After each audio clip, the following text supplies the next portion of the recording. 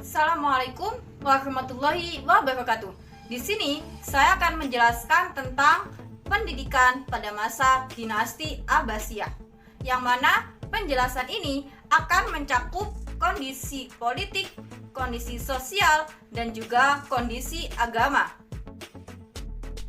Pertama, saya akan menjelaskan tentang kondisi politik pada zaman dinasti Abbasiyah. Jadi, pada zaman dinasti Abbasiyah, kekhalifahan berubah menjadi sistem politik dan banyak perubahan yang terjadi pada masyarakat di masa itu. Periode pertama, pada periode ini terjadi pada tahun 750 sampai 847 Masehi. Pada periode ini, Bani Abbasiyah mencapai masa keemasannya. Periode kedua terjadi pada tahun 847 sampai 945. Pada periode ini terkenal dengan kehidupan khalifah, para pejabat, dan juga para hartawan yang kehidupannya serba mewah disebabkan masa keemasan pada periode pertama. Periode ketiga terjadi pada tahun 945 sampai 1055 Masehi. Pada periode ini, kekhalifahan mulai melemah karena Bani Abbasiyah dikuasai oleh Bani Buaih yang termasuk dari penganut Syiah.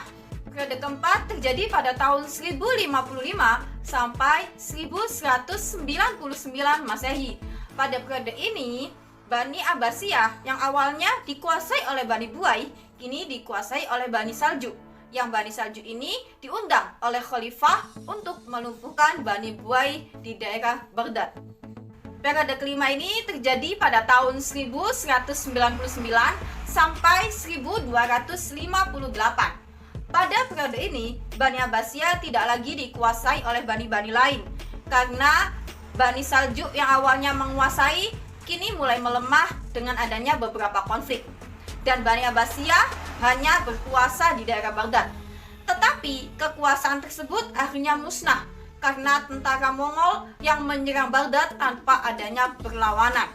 Tentara Mongol tersebut menjarah beberapa harta, membakar beberapa kitab, dan merobohkan beberapa bangunan.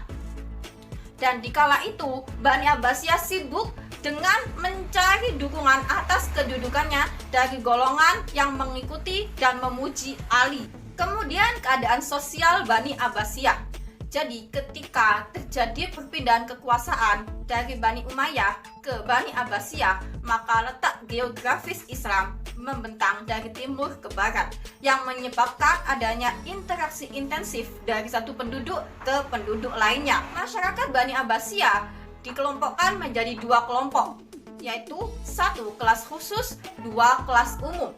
Kelas khusus terdiri dari khalifah dan keluarganya, para pejabat, para hartawan, dan lain sebagainya.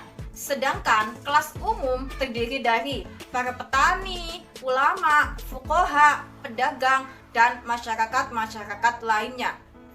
Dalam bidang agama, Bani Abbasiyah memiliki kemajuan dalam bidang ilmu seperti ulumul Quran, ilmu fikih, ilmu tafsir, ilmu kalam, dan juga ilmu bahasa.